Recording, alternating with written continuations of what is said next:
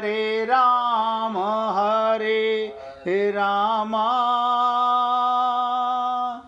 राम राम हरे हरे, हरे कृष्ण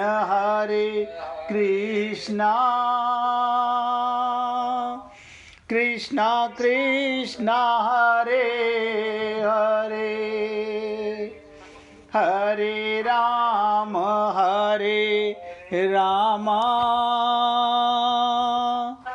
राम राम हरे हरे,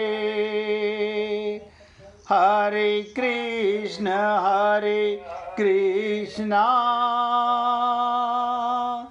कृष्ण कृष्ण हरे हरे, हरे राम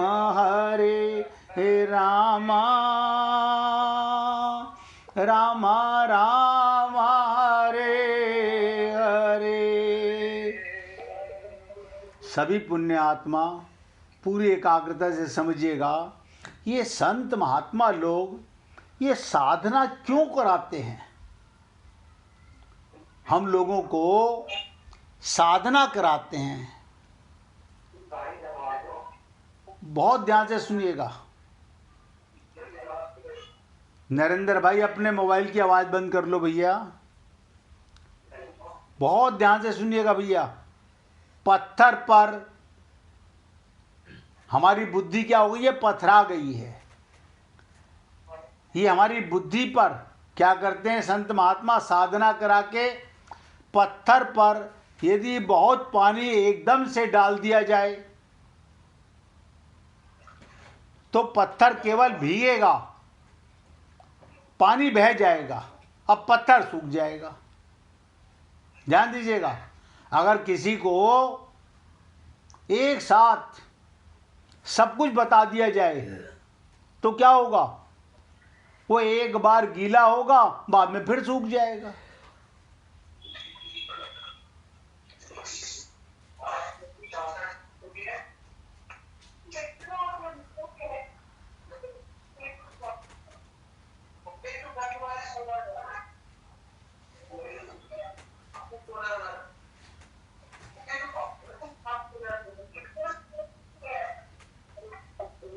नरेंद्र भाई जी जरा आवाज बंद कर लो मोबाइल की। ध्यान से सुनना भैया। अगर एक साथ पत्थर पर पानी डाल दिया जाए, आप कहोगे पत्थर तो गीला हुआ लेकिन तुरंत सूख भी गया, किंतु वो पानी यदि बूंद बूंद पत्थर पर गिरता रहे तो पत्थर में छेद कर देगा। आप लोगों ने खूब सुना भी है, रसरियावत जात ते सिल पर परत निशान। ये साधना में संत महात्मा क्या कराते हैं? रोज रोज साधना करा के नियम से बूंद बूंद पत्थर पर डालते हैं तो पत्थर में छेद हो जाता है। हमारी ये पत्थर जैसी बुद्धि भी पिघलने लगती है। इस प्रकार निश्चित स्थान पर गुरु के संग रहकर जो साधना वो बताए। कलयुग के अंदर 3 साधनाएं मेन हैं। नंबर 1 श्रवण भक्ति। श्रवण भक्ति जैसे इस समय मैं बोल रहा हूं और आप सुन रहे हैं, ये भी भक्ति है। अगर आप बिल्कुल एकाग्र पिन ड्रॉप साइलेंट होकर सुन रहे हैं तो ये भक्ति हो रही है। दूसरा भजनम कीर्तनम। आप हृदय से एकाग्र मन से भगवान का भजन कीर्तन करते हैं, जो अभी हम धुन लगा रहे थे। नंबर 3 जो मूल प्राण है भक्ति का, ध्यान दीजिएगा। नारद भक्ति सूत्र में 84 सूत्रों में प्राण कहा गया। सुखदेव परमहंस ने परीक्षित को बताया कि 3 भक्ति, श्रवण भक्ति, सुमिरन भक्ति, और सबसे बड़ी चीज क्या है? स्मरण भक्ति। हम लोग रूप ध्यान नहीं करते, भगवान का ध्यान नहीं करते, तो साधना में क्या कराते हैं? वहां कोई गुरु ये नहीं बताता कि आप इसका ध्यान करो, वो कहते हैं आपका प्रीतम, आपका प्रेमी, आपकी प्रेमिका भगवान है, जैसा तुम्हें रूप पसंद हो, जैसा नाम तुम्हें पसंद हो, जैसे वस्त्र तुमसे धारण कराना चाहते हो, जो संबंध तुम उसके साथ बनाना चाहते हो, कुछ देर आपने कहा मुझे तो भगवान पिता के रूप में नजर आते हैं, तो पिता बना लीजिए, पति बना लीजिए, बेटा बना लीजिए, सखा बना लीजिए। जब आप गाते हो त्वमेव सर्वम, तो सारे नाते भगवान के साथ हैं। तो ये 3 प्रकार की साधना संत महात्मा हम जीवों से कराते हैं। आपने सुना होगा चक्की में 2 पार्ट होते हैं, उनमें यदि एक स्थिर रहकर दूसरा घूमता रहे तो अनाज पिस जाता है, एक स्थिर रहता है। ध्यान दीजिएगा, 2 पाटन के बीच में बाकी रहा ना कोई, एक स्थिर रहता है और दूसरा घूमता रहता है और आटा बाहर आ जाता है। यदि दोनों पार्ट एक साथ घूमते रहेंगे तो अनाज नहीं पिसेगा, अब परिश्रम भी बेकार जाएगा। इसी प्रकार ध्यान दीजिएगा,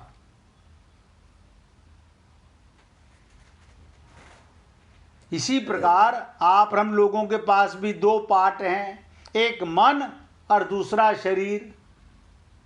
एक मन है और दूसरा शरीर है। उसमें मन स्थिर पार्ट और शरीर घूमने वाला पार्ट। शरीर स्थिर, अपने मन को भगवान के प्रति स्थिर किया जाए, लगाया जाए, और शरीर से गृहस्थी के कार्य किए जाएं। ध्यान से समझो, मन को भगवान में और शरीर संसार में। ये सिंपल, गोपियों से सीख लो। गोपियां कह रही हैं एक हुओ तो गयो श्याम संग। मन भगवान में और शरीर गृहस्थी में। हम लोग शरीर से भगवान को पकड़ना चाहते हैं और मन से परिवार को पकड़ना चाहते हैं। ये अज्ञानता मिटे कैसे? साधना से मिटती है। शरीर से गृहस्थी के कार्य किए जाएं। मन, इसीलिए कहा कि मन ही बंधन मोनी मोक्ष का कारण है। ये मन ही तुम्हें बांध रहा है संसार में, और मन गुरु के चरणों में गया, भगवान के चरणों में गया तो मोक्ष का कारण हो गया, मोक्ष हो गया। प्रारब्ध रूपी खूंटी, ध्यान दीजिएगा, प्रारब्ध रूपी खूंटा शरीर रूपी पाटे में बैठकर उसे घुमाता है। हमारे शरीर को कौन घुमाता है? हम स्त्री बनकर आए, पुरुष बनकर आए, हम ब्राह्मण बन के आए, क्षत्रिय बनकर आए। हमारे प्रारब्ध ये खूंटा था जिसे चाक शरीर को घुमाता है। पाट में बैठकर उसे घुमाता घुमाता रहेगा, लेकिन मन रूपी पाटे को सिर्फ भगवान के प्रति स्थिर रखना है। देह को तो प्रारब्ध पर छोड़ दिया जाए और मन को, ध्यान दो, देह को प्रारब्ध पर छोड़ दिया जाए। जितनी चाबी भरी राम ने उतना चले खिलौना। ये शरीर तो भगवान की कृपा से चलता हुआ नजर आ रहा है, सेवा करता नजर आ रहा है, लेकिन मन को नोट करो। भगवान के नाम में, श्रवण में और सुमिरन में विलीन कर दिया जाए, यही साधना है। कहते हैं संग चले सो ही धन है संतो। धन कौन सा? संग चले, जो धन साथ साथ चले। अब जो धन यहां कमा के छोड़ के मर गए वो धन नहीं है। धनवंता सोई जानिए, जा पे राम नाम धन होए। हमने तो अपने बेटों पोतों के लिए इतना कमा दिया है कि वो सब अपाहिज पैदा होंगे, वो कुछ नहीं करेंगे। हम उनके लिए, तो वो कैसा सोच है? संग चले सो ही धन है संतो, छूट जाए सो ही माया है भक्तो। जो छूट जाए वो माया, जो संग चले वो परम धन है। करो तैयारी ऐसे धन की, जो नहीं होत पराया। जो धन तुम्हारे साथ जाए वो तुम्हारी कमाई है। शरीर तो एक दिन छूट ही जाएगा। इसके साथ ही इससे जुड़े सगे संबंधी, धन संपत्ति आदि सब छूट जाएंगे। देख लो, नोट कर लो। जब शरीर छूटेगा, एक दिन मरेगा, इसके साथ जुड़े हुए सगे संबंधी, धन संपत्ति सब छूट जाएंगे। इसलिए सब माया है। साथ तो केवल अपने कर्म और भक्ति। इसलिए सत्कर्म और भक्ति रूपी धन को एकत्रित करो। आप सबसे केवल निवेदन कर रहा हूं, अच्छा लगे तो जीवन में उतारिएगा। तो हम आपसे चर्चा कर रहे थे, भविष्य में शरीरों की ये अवस्था नहीं रहेगी। भगवान कह रहे हैं जो आज है, मैं भी रहूँगा, तू भी रहेगा, ये भी रहेंगे।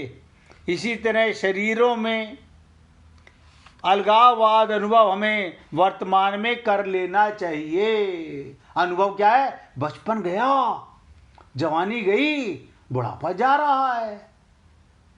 यानी मैं शरीर नहीं हूं, अभी भी अनुभूति नहीं हो रही। आप सोचो कैसी ममता, यानी मिट्टी से मिट्टी की कैसी ममता है, आज तक समझ में नहीं आ रहा। तुम्हारा अपना शरीर तो मर रहा है और आप शरीरों से ममता कर रहे हो, उनमें परमात्मा को देख नहीं रहे। तो कहते हैं ये शरीर प्रति क्षण बदल रहा है। इस तरह शरीरों से अलगाव का अनुभव हमें वर्तमान में कर लेना चाहिए। तात्पर्य, जैसे भूत और भविष्य अपनी सत्ता का अभाव नहीं है, ऐसे ही वर्तमान में भी अपनी सत्ता का अभाव नहीं है। इसका अनुभव करना चाहिए। यानी भूत में भी मैं था, वर्तमान में भी मैं हूं, भविष्य में मैं रहूंगा। पहले शरीर नहीं था, अब शरीर नजर आ रहा है, आगे शरीर रहेगा नहीं। ये हमें अनुभव करना होगा। शरीर की अनित्यता और अपनी नित्यता, दो शब्द नोट करो। शरीर अनित्य था, अनित्य है, अनित्य रहेगा। आत्मा नित्य थी, नित्य है और नित्य रहेगी। जैसे प्रत्येक प्राणी को नींद आने से पहले, ध्यान दीजिएगा, प्रत्येक प्राणी को नींद आने से पहले भी ये अनुभव रहता है अभी हम हैं, और नींद खुलने के बाद फिर अनुभव रहता है अभी हम हैं। तो नींद की अवस्था में भी हम वैसे के वैसे ही थे। यह है आत्मज्ञान। शरीर सो गया, पहले भी आत्मा के कारण ये जागा नजर आ रहा था। आपको क्या लगता है कि शरीर जागता है? हमको तो यही अनुभव होता है, मैं जाग गया। अरे बाबा, आत्म जागृति हो गई तब समझना तुम जाग गए। शरीर की जागृति तुम्हारे कारण महसूस हो रही है।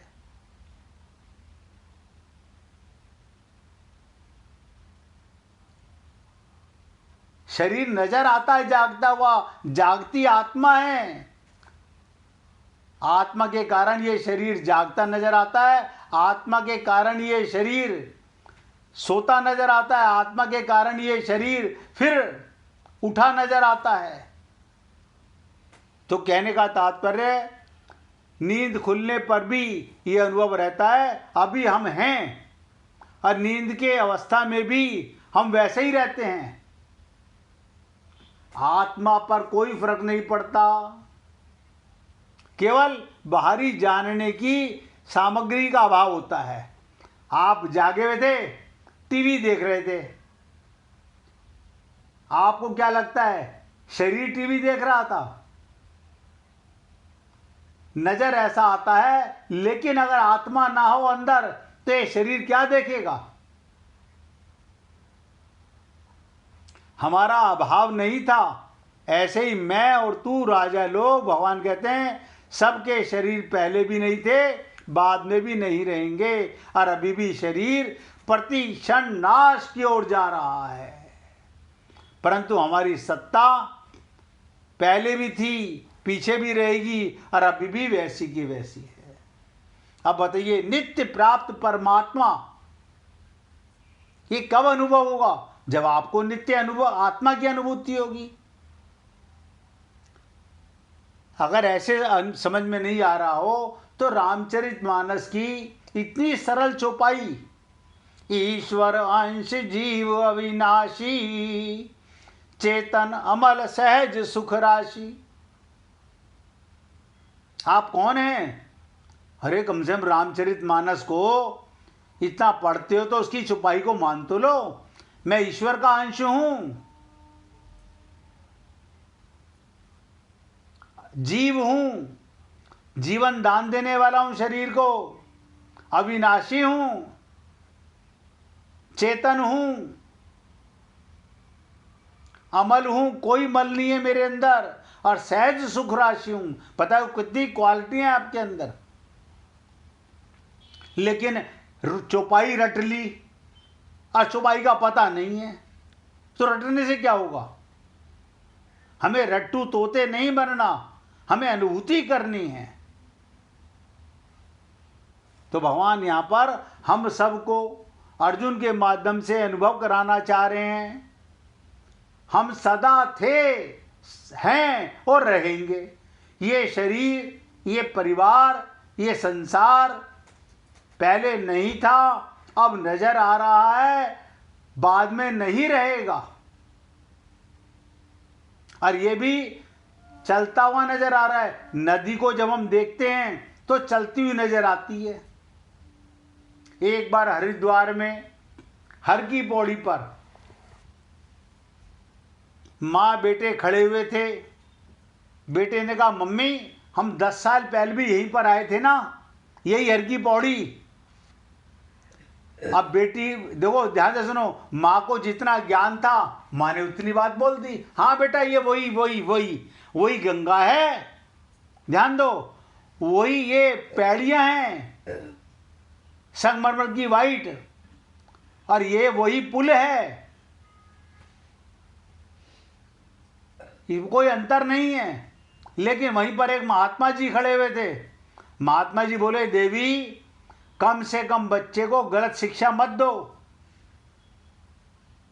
जो 10 साल पहले गंगा बह रही थी, वो गंगा तो समुद्र में मिल चुकी, वो तो आगे गई, ये तो पीछे से आ रही है, नई गंगा है। और ये जो पैड़ियां जो संगमरमर की आप नजर आ रहे थे, ये 10 साल पहले, अब से पहले जवान थी, अब ये भी बूढ़ी होती जा रही हैं। बोले नहीं, ये घंटाघर तो वही है। बोले हाँ, हम भी तुम्हें यही बताना चाह रहे हैं। जब 10 साल पहले तुम्हारा बेटा आया था, कितना बड़ा था? बोले 5 साल का। अब कितना बड़ा हो गया? बोले 15 साल का। बोले 10 साल मर चुका ना ये। तुम 10 साल पहले कितनी उम्र की थी?